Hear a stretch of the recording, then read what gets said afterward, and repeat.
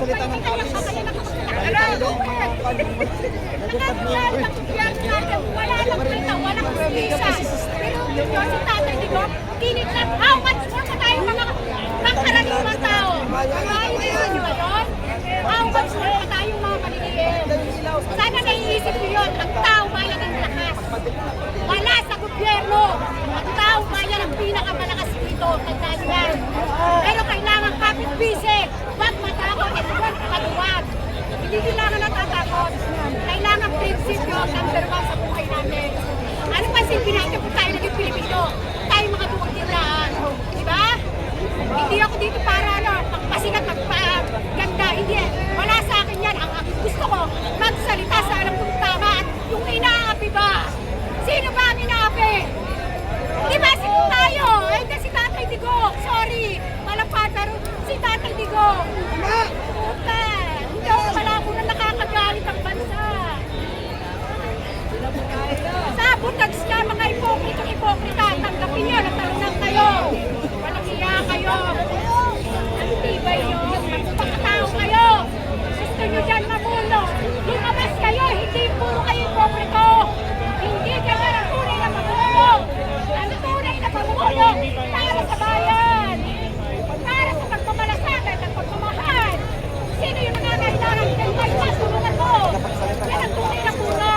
Hindi yung magpupuno-punuan ka para lang ipagmalaki na ikay boss. Na ikay ba yung magpayaman? Hindi na rin. Talagang mali. Maling-mali ang gobyerno ito. Puro nasang nakaupo. Except sa magigilo. Ang kapal ng tayo. Akala niya taong bayan, takat boto mo. Nakakamali kayo. Ang taong bayan, malakas yan. Pag nagkaisa. Kapit-bisig, huwag maduwag.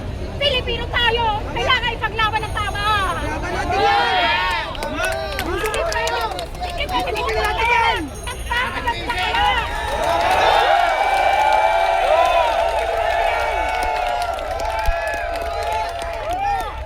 Pwede, bubog tayo. Para lang mamatay ka. Lusubi na yan! Hawak kamay na! Hawak kamay na tayo!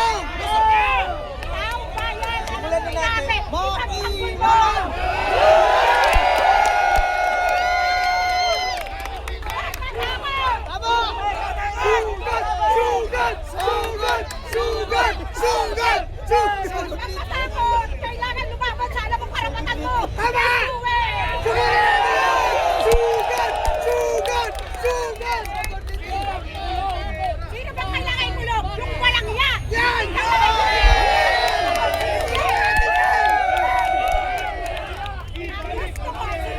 Ikalaw na yan! Ikalaw na yan! Ikalaw na yan! Ikalaw na yan! Ikalaw na yan! Ikalaw na yan! Ibalik ang ilaw! Hindi kailangan ikulong! Sunugin ang buhay! Sunugin! Sunugin!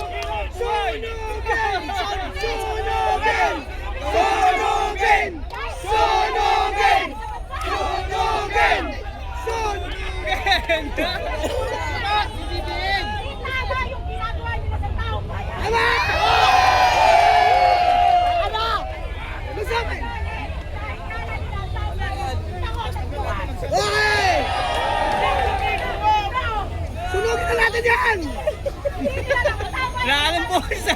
Malapit tayo sa Forbes! Tara na! Ilahi! What? Yan!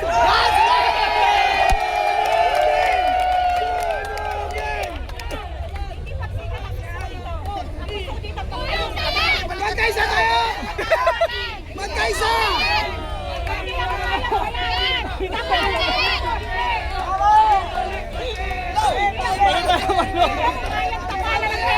Kahit magdikdik ako nasa parang kasuhol. Kaya ko yung sarili ko. Alam mo, Yan ang Pilipina! Hinaban! Yan ang Pilipina! hindi ako kaya Palitan ang dito manok! Burger naman! Burger naman! Burger! Sa galit sa Pilipinas, sa galit sa gobyerno, bulok na to! Yan! Anong gagawin natin sa kanila, tayo? Anong gagawin? Sunugin ang buhay! Sunugin! Sunugin! Sunugin!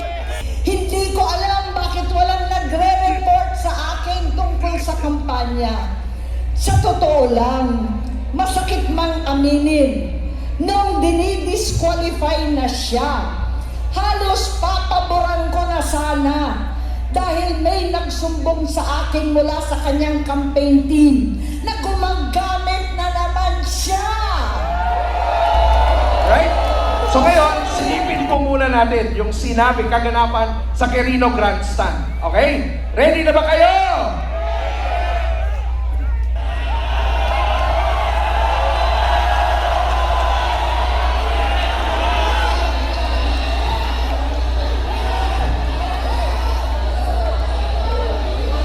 Magandang gabi po sa inyong lahat, mga mahal na kapatid. Ka-Israel, ka-Bien, ka-Erds, ka-Arnel, lahat ng ating minamahal na kapatid. Higit sa lahat ang classmate ko mula Congress hanggang Senado, Senador Manong Dante Marcoleta. Napakahirap po ang pumunta, tumayo at magsalita sa inyong harapan. Pero noon pa man, alam kong walang madali kapag ikaw ay Marcos. Nanginginig ako at ang aking boses, hindi dahil ako'y natatakot sa inyo, kundi dahil nalulungkot po ako. Ipagpaumanhin ninyo kung sa gitna ng pagsasalita ko, ako'y hihinto, hihinga dahil sa bigat ng aking kalooban. Pero hindi yan ang dapat kong ihingi ng paumanhin. Hindi yan ang kasalanan ko sa bayan na dapat ihingi ko ng tawad.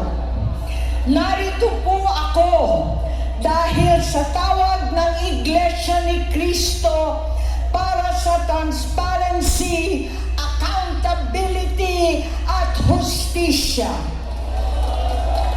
At dahil sa tawag ng sarili kong konsensya, bilang senador, bilang kapatid, bilang Pilipino. Bata pa lamang kami ni Bongbong